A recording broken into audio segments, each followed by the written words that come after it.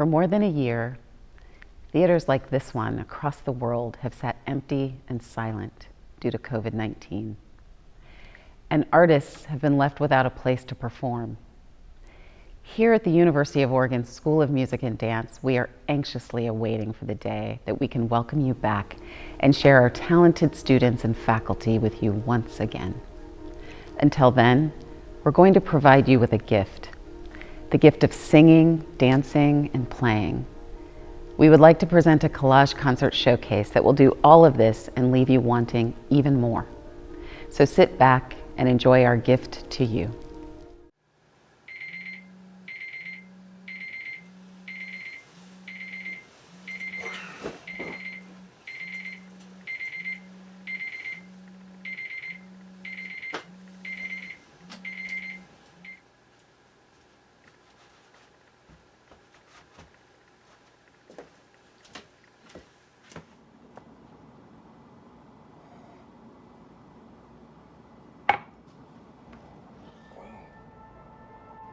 Hello there.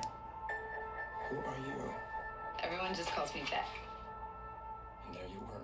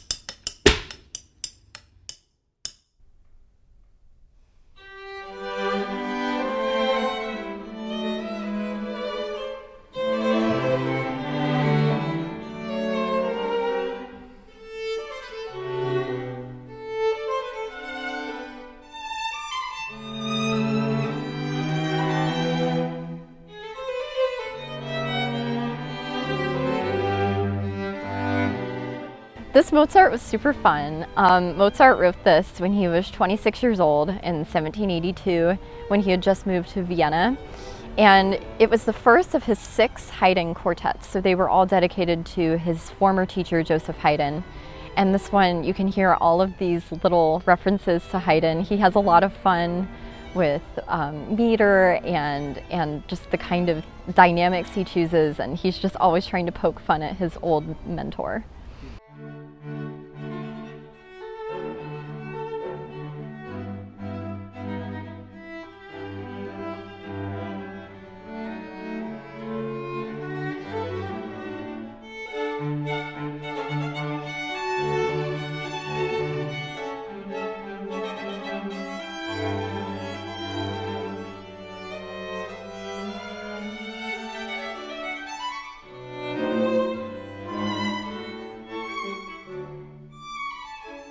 I chose the University of Oregon a lot because of my teacher, Mr. Grossman. I also chose it because of how close it is to my home, so I get to be near my family. But I also get to be part of a lot of really fantastic playing opportunities, especially the graduate string quartet that I'm in. So I get to have a GE teaching position through that, or employee position, and that was a really big factor in coming here.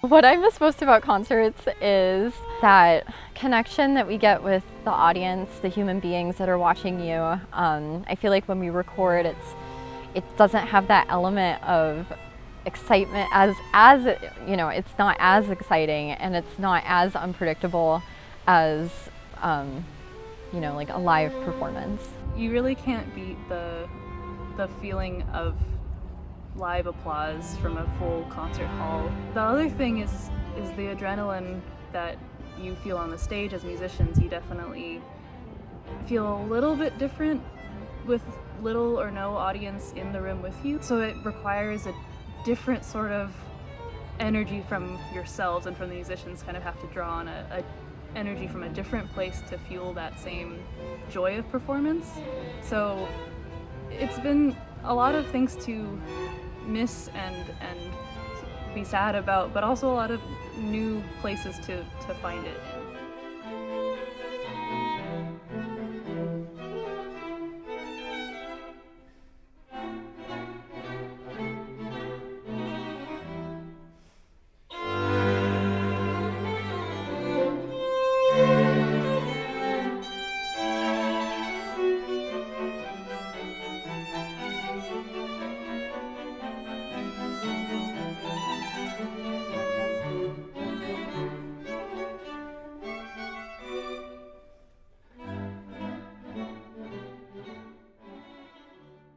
Even in these strange times, I've gotten to play in a variety of different orchestra settings, from our different smaller chamber orchestras to string orchestras and small ensembles. The string quartet opportunities and outreach that we've been doing together has been a very unexpectedly delightful thing to do and get close to each other, even while we're presenting to classrooms of kids in middle school and high school. Even if we're presenting on Zoom, we still feel really connected to both the kids in the classroom and to each other. What's been special about my time at the SOMD is all the relationships I've formed with faculty here, whether they're in the music theory department, the musicology department, the string faculty. Everyone is so incredible. I've also loved the relationships I've formed in my graduate string quartet. It's just been so fun. I feel like I can be myself. We can rehearse, we get a lot done. It's a lot of fun.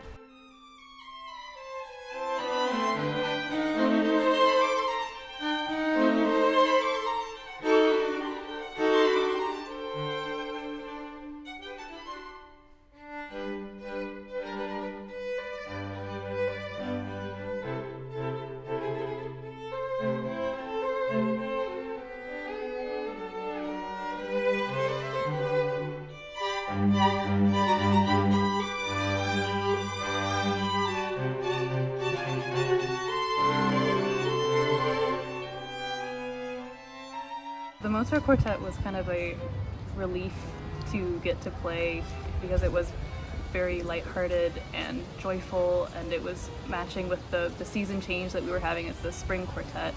And it really plays on our strengths as players in many ways, so it feels very natural to play Mozart as a string player. He knew exactly what he was doing, and so it was a really fun piece to really find our quartet sound, really get to know each other as players, and tap into the kind of the deeper end of playing music together and getting past the difficulty of being 6 feet apart and masked and not being able to see as well, and kind of find a group synergy beyond just what we usually would have in a quartet.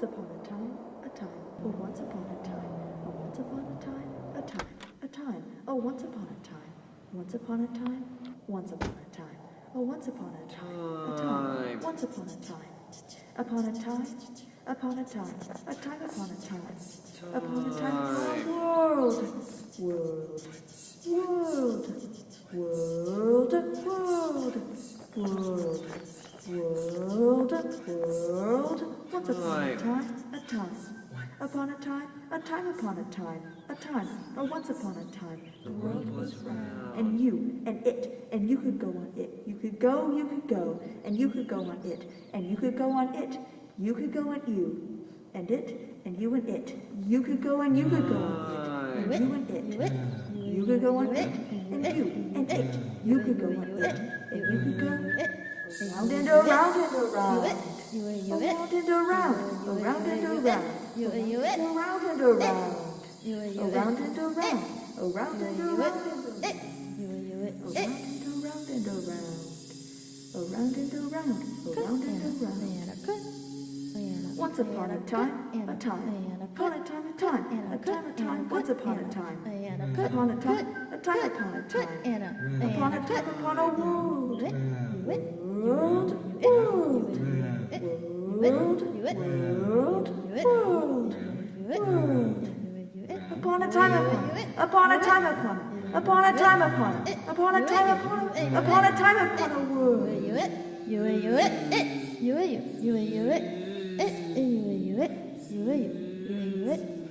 Once upon a time, the world was round, and you and it, and you could go on it. You could go, you could go. You could go, you could go. You could go, you could go. You could go, and around and around, and around and around, around and around.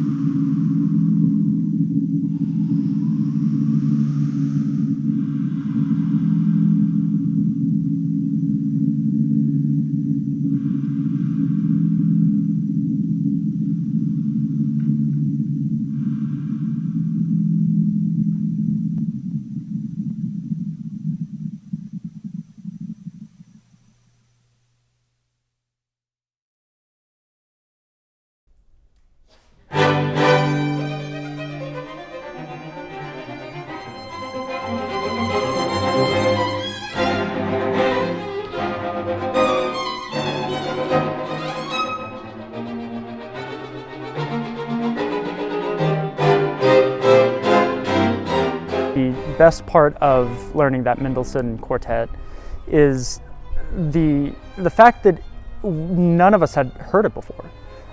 It was a new piece to all of us, and we had all performed Mendelssohn's quartets, but never that one.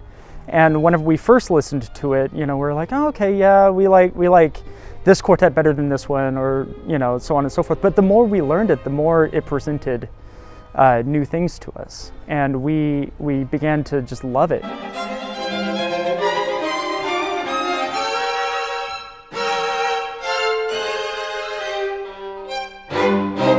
I chose the University of Oregon because Hal Grossman was my undergrad professor, and he mentored me for the 5 years that I was at the University of Oklahoma. And whenever I moved elsewhere for my master's, he called me up. He kept in touch throughout the whole process. And then whenever he finally got a job here at the University of Oregon, he called me up and said, "Hey, Ian, would you like to study your doctorate degree with me here at the University of Oregon?" And I said yes.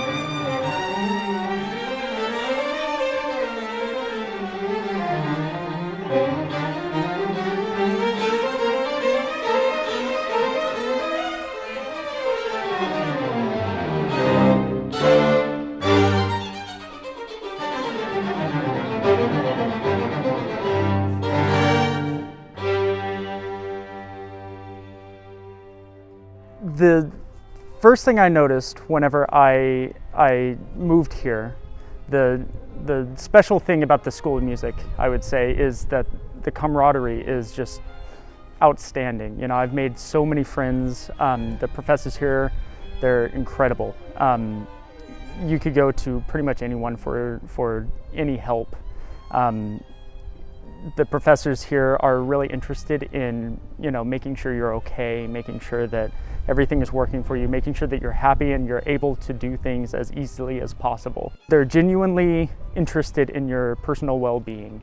And same with the students here. You know, I've made so many friends here, and it's been incredible.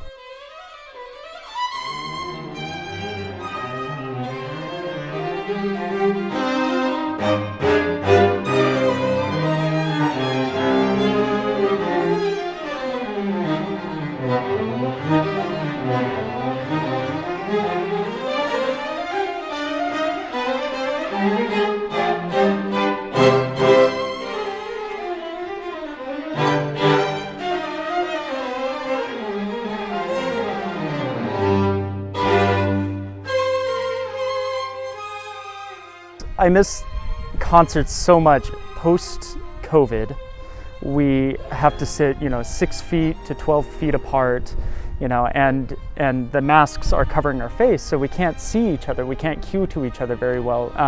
So that proves difficult in terms of not only staying together, listening to each other, but also seeing the emotions or the musicality in the faces of our colleagues, you know, and so that makes everything super difficult to put together. You know, even in orchestra, it's that way. You know, you can't really hear intonation, you can't hear cues, you can't hear, you know, everything is, you know, delayed a split second. That's probably the most challenging part, but it's kind of brought us together a little bit better. I would say, you know, we don't take things for granted anymore. And that's one of those things that I found really unique about this experience.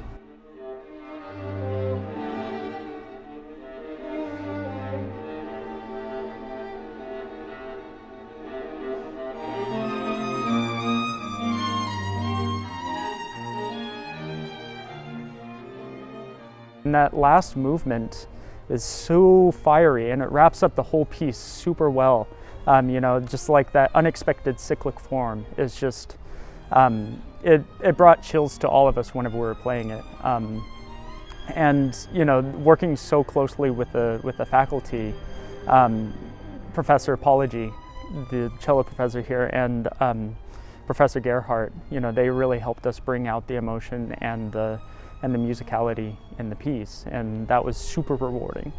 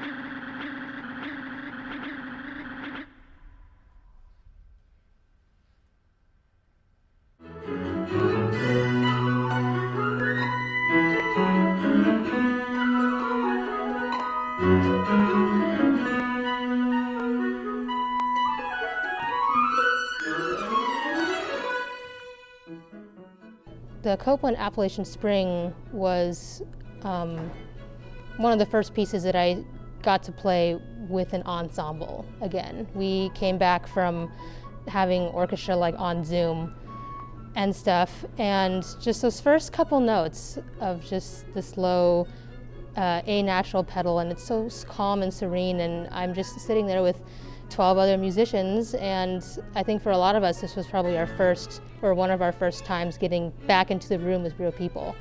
And so that was just really memorable to me.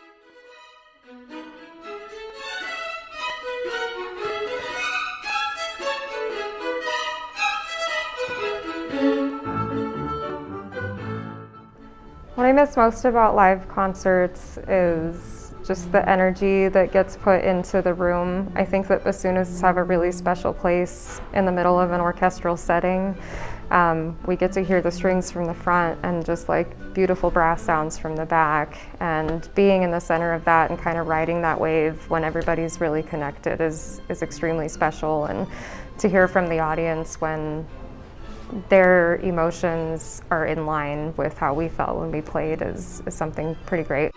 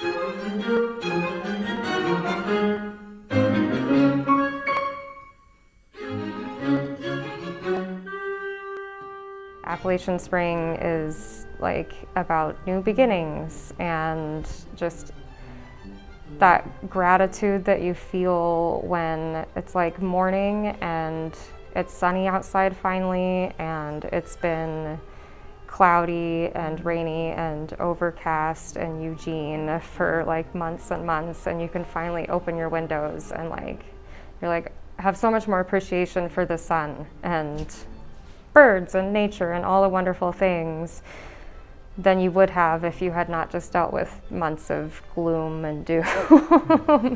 And I think that that's how Appalachian Spring makes me feel. It's just like the deepest gratitude for sunshine and rebirth.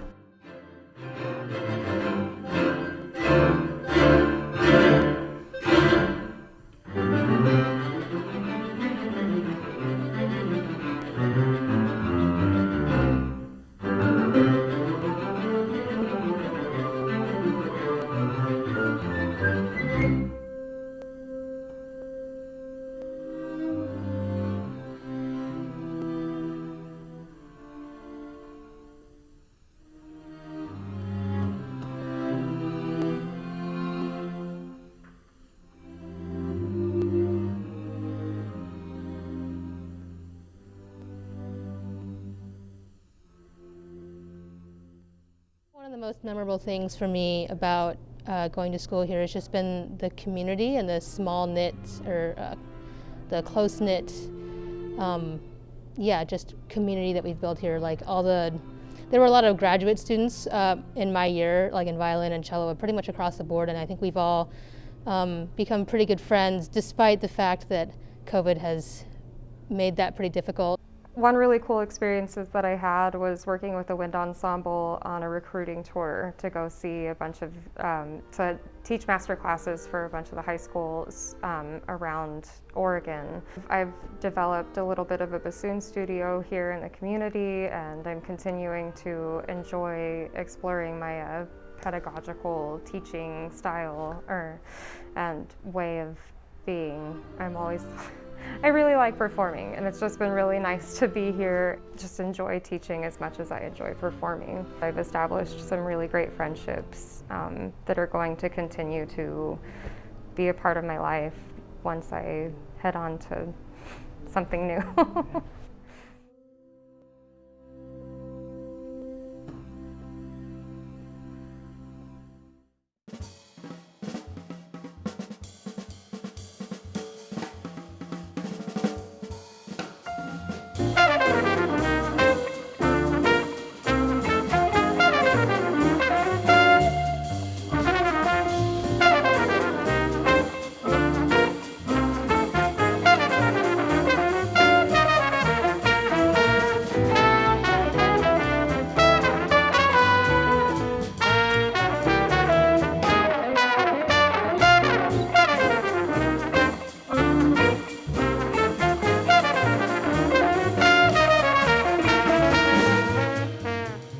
The name of the piece is Sign of the Times.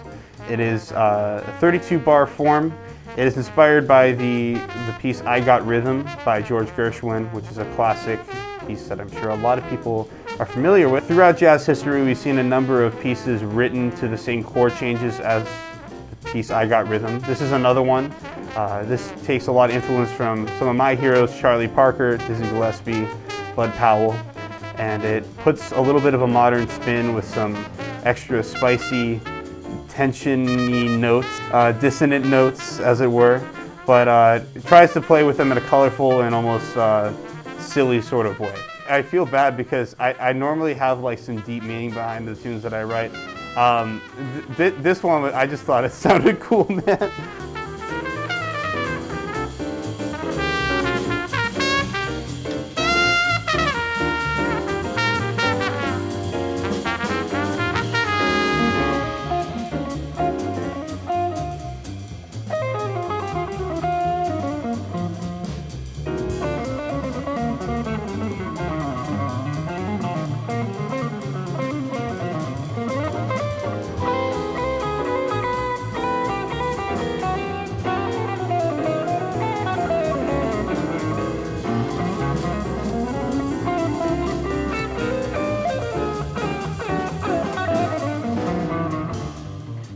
My father is a jazz musician. Jazz has been a part of my life as long as I can remember it. I started playing the music in middle school. I had a lot of great educators in my area and a very fruitful music program that saw a lot of people going to some major music schools. So I was inspired both by my peers, my father, and some of the great masters of the music. I started writing in 7th grade. But early on I was just writing the stuff that I was hearing, things that I was hearing that weren't always all that great, but I did it over and over again, got all the bad stuff out of my system, and now here I am.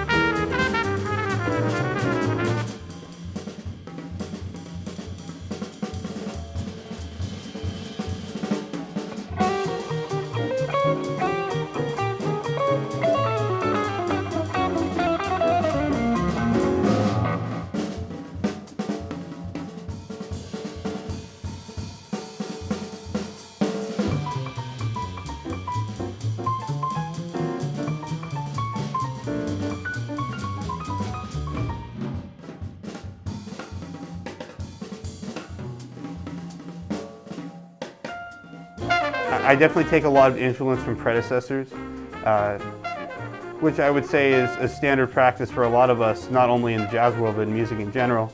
We learn a lot about how other people played, the masters played, and we try to ingrain it into our playing.